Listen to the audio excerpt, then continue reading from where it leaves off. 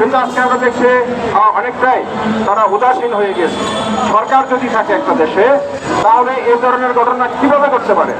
সেখানে পুলিশ প্রশাসন রয়েছে, সেখানে আমাদের জেলা প্রশাসন রয়েছে এবং জেলা প্রশাসন পুলিশ প্রশাসন সেখানে থাকার পরেও মন্দির নির্মাণের ক্ষেত্রে যারা বাধা দেয়, আমার প্রশ্ন হলো ওই অপশক্তি কি শক্তিশালী না আমাদের সরকার শক্তিশালী?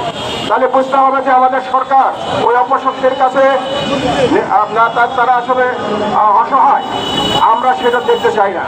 আমরা দেখতে চাই সরকার শক্তিশালী থাকবে, প্রশাসন শক্তিশালী থাকবে এবং শক্তিশালী অবস্থানে থেকে বাংলাদেশের প্রত্যেকটা নাগরিক, সে হোক মুসলিম, সে হোক হিন্দু, সে হোক বৌদ্ধ, সে হোক খ্রিস্টান, সে হোক বাঙালি, সে হোক আদিবাসী, তাদের সকলের অধিকার তারা নিশ্চিত করবে সরকার। এবং কোনো ধরনের হস্তক্ষেপ অন্য কোনো পক্ষ যাতে না করতে পারে সেই ক্ষেত্রে সেটা তারা নিশ্চিত করবে। আমি সাংবাদিক বন্ধুগণ আপনাদেরকে ধন্যবাদ জানাই।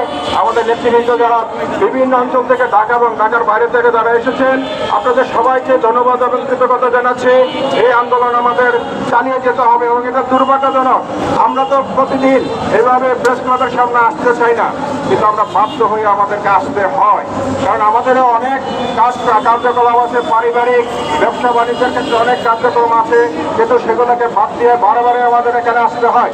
আমরা চাই সরকার এই ধরনের ব্যবস্থা গ্রহণ করবে যে আমাদের কয়েকদিন পর এই প্রেস ক্লাবে এসে এই ধরনের মানববন্ধন, সমাবেশ, বিক্ষোভ মিছিল আমাদের আর না করতে হয়।